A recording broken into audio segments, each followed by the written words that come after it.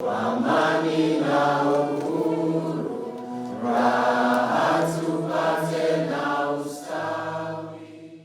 diaspora is going to be part and parcel of the business that I have in governing Kenya. And that they will have a very special place because the diaspora for a very long time did not get the kind of fair treatment that a government is supposed to give to all its citizens.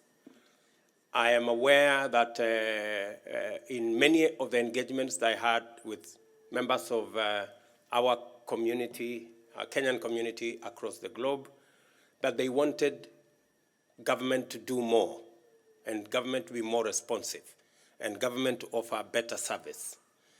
And that is the reason that informed my establishing the State Department for Diaspora Affairs, so that there is a dedicated permanent secretary to respond, to deal, to work with the diaspora, and so that we can leverage the huge potential that exists in our diaspora in not just growing our economy, but also profiling our country positively.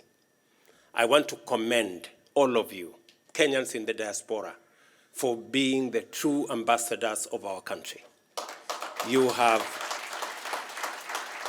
as was ably said by Tom Omolo, you have truly been the ambassadors of Kenya.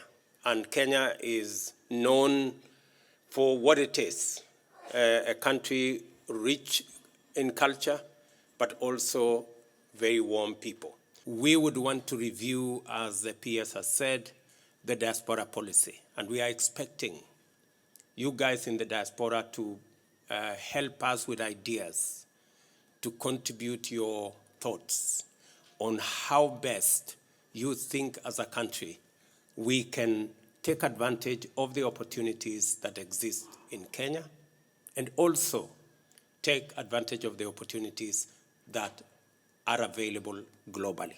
We have the best human capital anywhere in the world. That I am very sure about. Kenyans can work anywhere. They can do anything. And they are simply the best.